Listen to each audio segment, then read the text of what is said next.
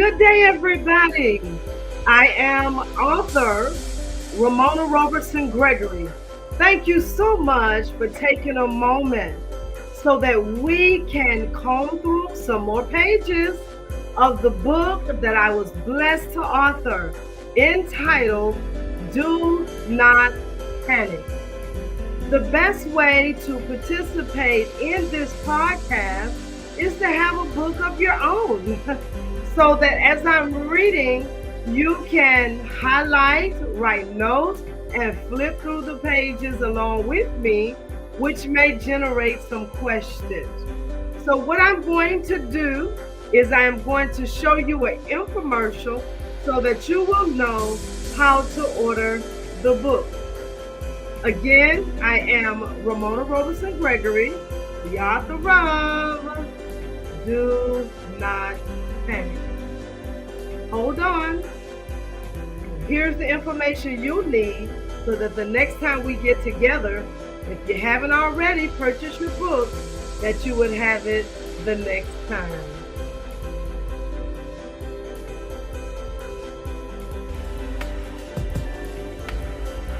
Do not panic. This is only a test. I am the author, Ramona Roberson Gregory, and I suggest that you will purchase this book and add it to your library.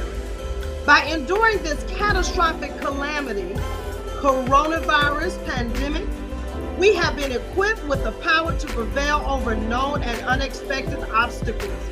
Whenever we are faced with critical circumstances, we do not always know what we will do, but one thing we should not do not panic. This book has been reasonably priced, and it can be purchased on the Amazon platform.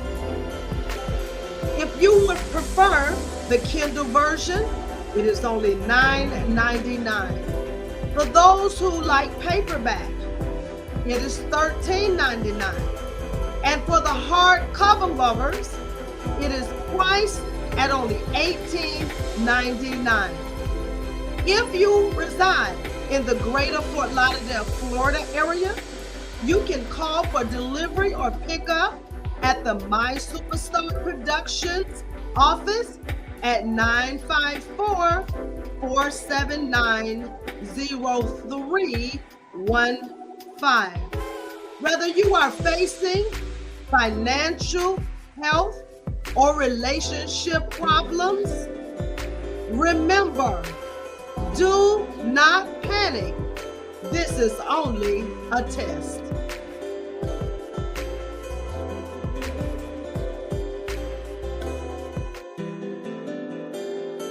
So now that you know how you can purchase and have your own copy so that you can be prepared for these episodes of this podcast, the My Superstar Productions Inspirational Entertainment Podcast.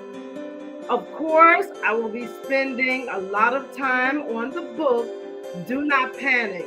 But we also will have other entertainment such as interviews with authors, movie reviews, just to name a few. All right, let's get into our lesson for today. So if you have your book, Do Not Panic, we are going to turn to pages 8, and we're going to read all the way through page 15. So we'll start off with pages 8 and 9 so that we can define what COVID-19 is.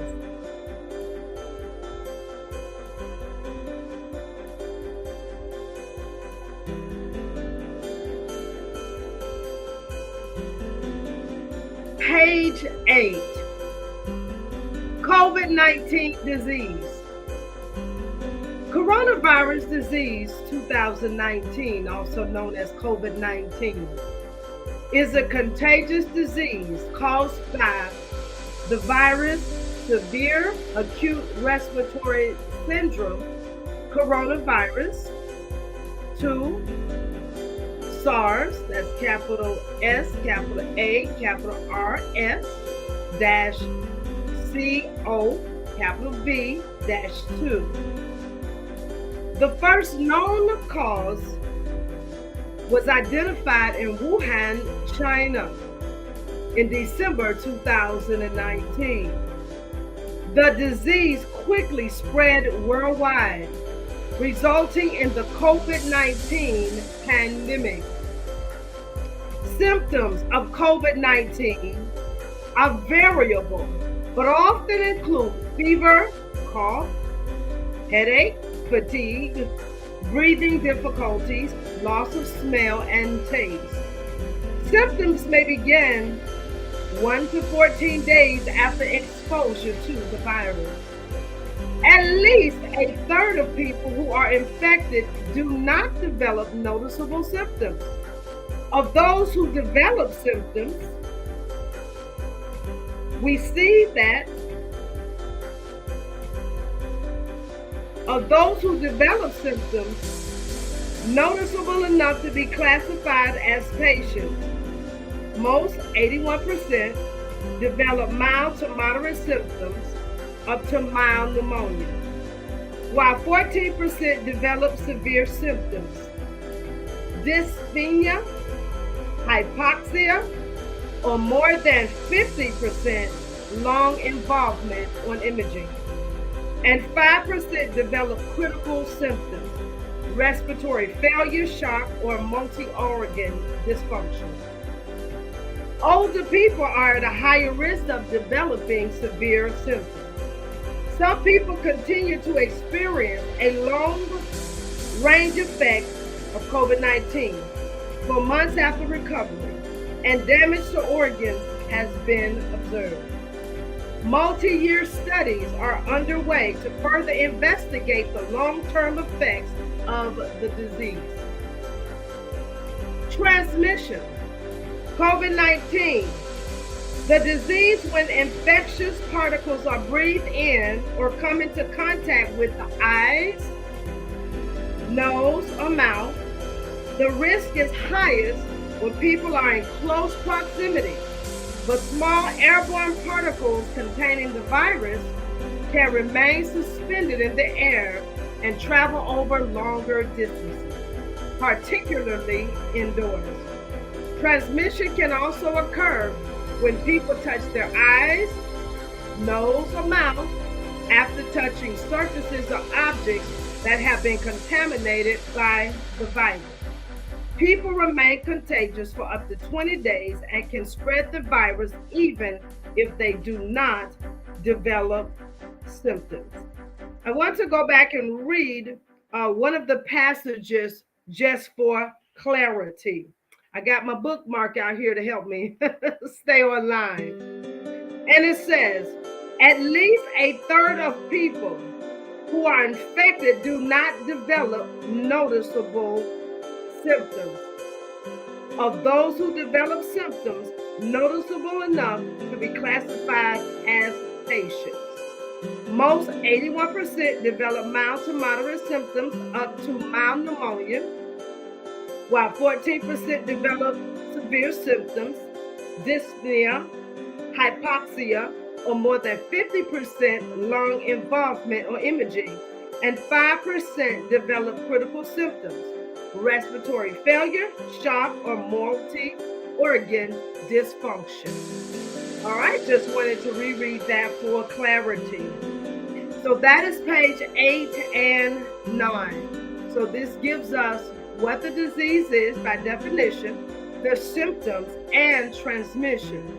And even though we are not in a pandemic anymore, we understand that COVID-19 is still something that we could possibly catch, and it is something that is still a problem for some, though the pandemic itself is no longer declared an emergency health crisis.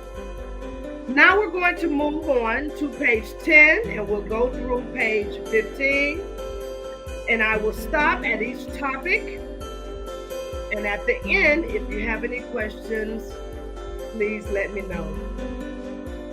This is the prologue. The prologue lets you know what I was doing at the beginning of this pandemic. So you'll get an opportunity to walk with me to see how did I even find out we were in a pandemic and what was going on in my workplace. Let's delve into page 10 through 15. The prologue, which is our setting. A federal public health emergency was declared and announced in the United States and other countries in the month of March in the year 2020.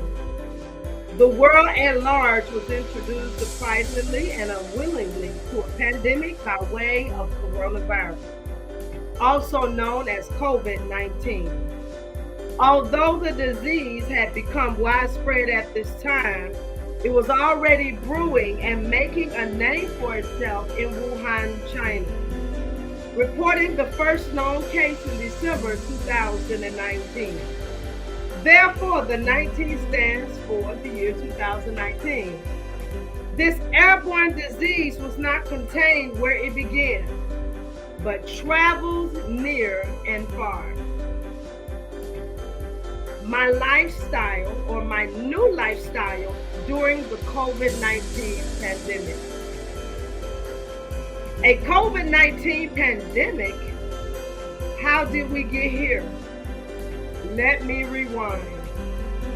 I remember some news reports one weekend in March 2020 about an airborne virus resembling the flu, but much more aggressive. I wasn't overly concerned because I had faith that our healthcare system in America would come to the rescue of the citizens of the United States, and this threatening disease would be under control like a wayward child on a punishment.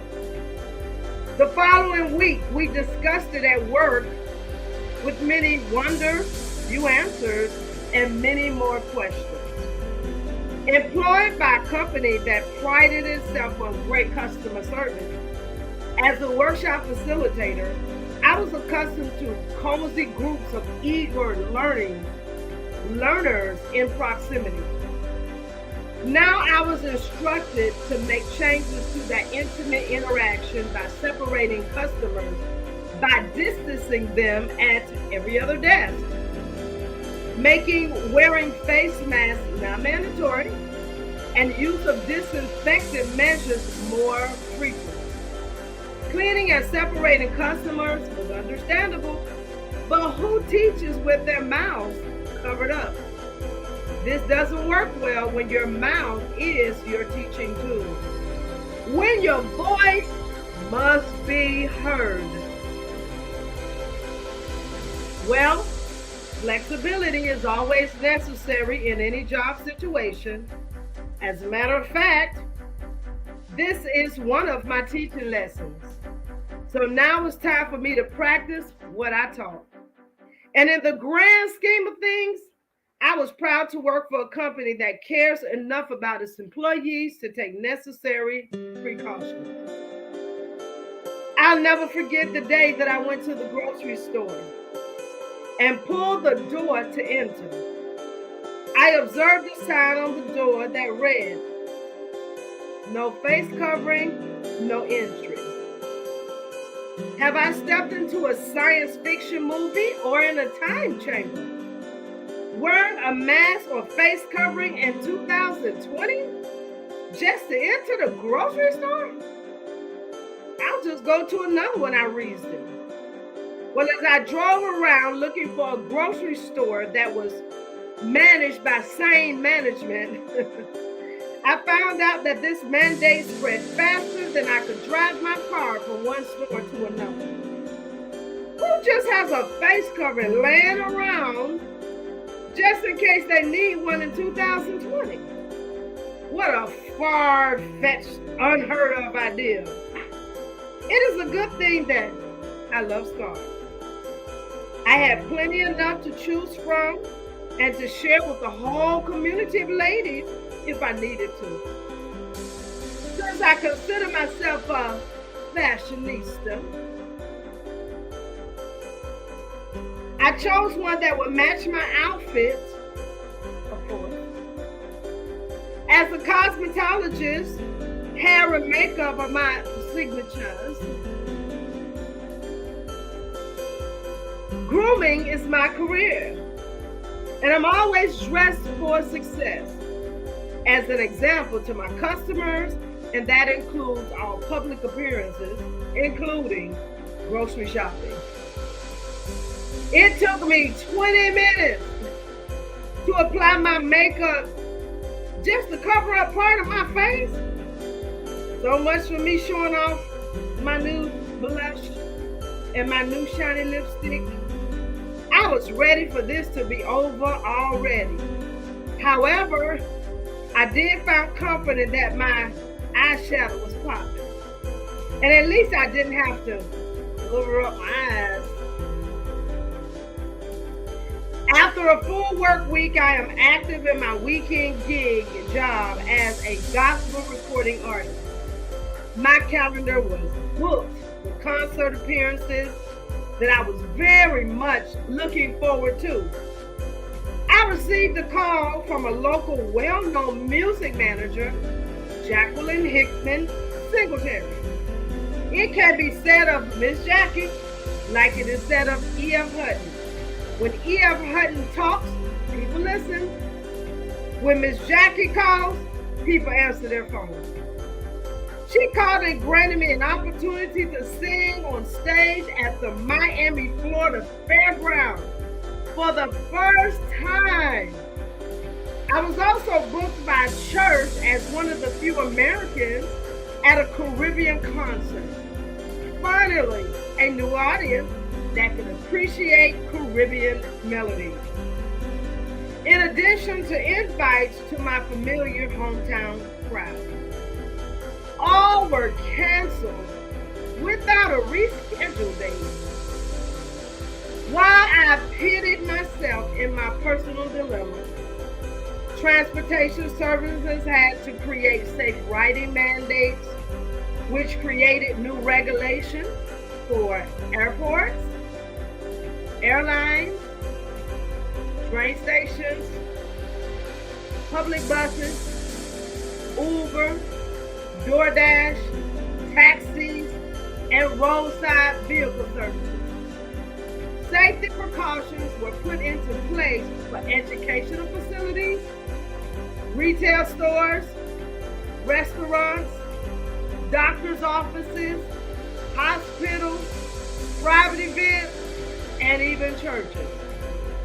Deaths and critical patients were now being reported on the news. Report after report, channel after channel. Many hospital patients were isolated, unable to have visits from family and friends due to the rapid spread. During one workday in March 2020, our company dismissed the employees to go work from home for 2 weeks while the virus cleared, we were told.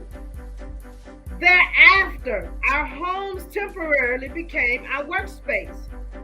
Our company's employees were equipped with telephones and computers to stay connected to our supervisors, customers, and each other. Prior to this, our customers who were greeted warmly and shook hands with became profiles online. As much as not having to travel to work daily was a reprieve, I missed the daily interaction with my coworkers. We eventually returned to our company offices, but with the strict policy of no visiting coworkers' offices, everyone had to stay in their own office space. This seemed like punishment because our work staff really got along and truly liked each other. Visiting co-workers' offices, going to lunch together, celebrating birthdays, and having potlucks were activities that we looked forward to. Even our work center meetings took place on the Zoom platform, replacing us all being in the same room. But at least now we were within waving distance. Wherever the coronavirus was prevalent, companies were forced to find new creative ways to keep their workers safe.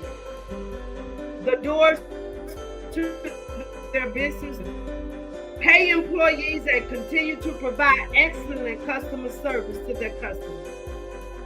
Living rooms were turned into work offices. Children's bedrooms were converted into classrooms, and hospitals, otherwise safe, became danger zones.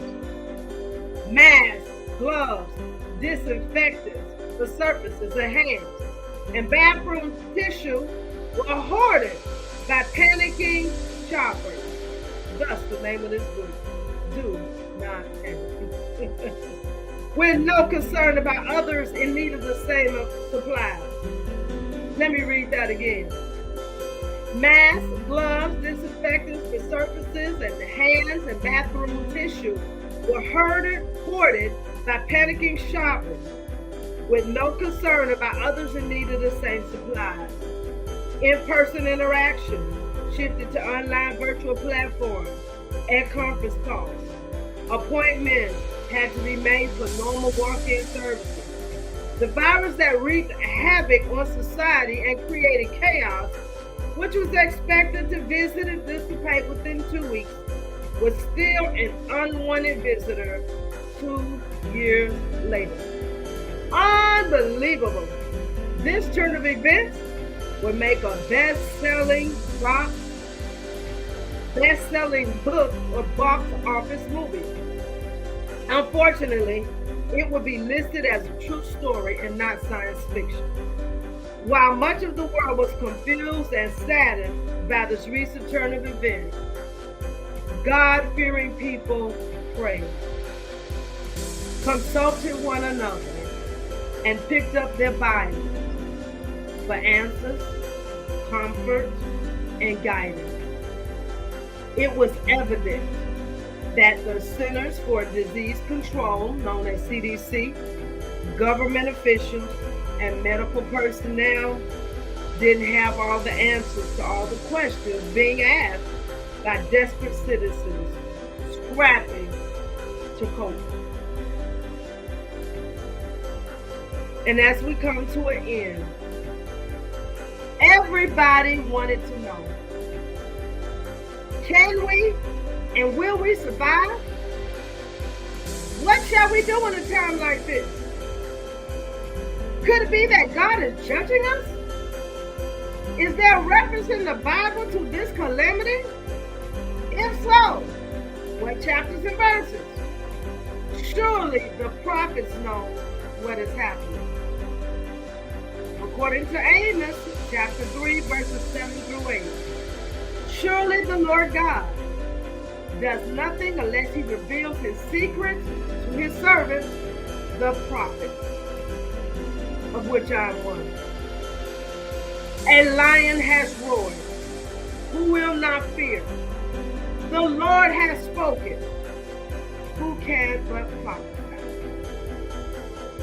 The coronavirus pandemic officially began, spreading rapidly, reaping havoc, creating chaos, invoking fear, and leaving a trail of dead bodies behind. Thus is the reading of Do Not Panic, pages 8 through 15. This is episode 2. Our next episode 3 will contain chapter 1. You are an essential worker. In the meantime, don't forget to order your book so that you can read along with me, write notes, highlight, and receive these revelations that the Lord has given us from this pandemic. Well, may God bless you until our next episode. And remember, no matter what you do not panic. This is only a test.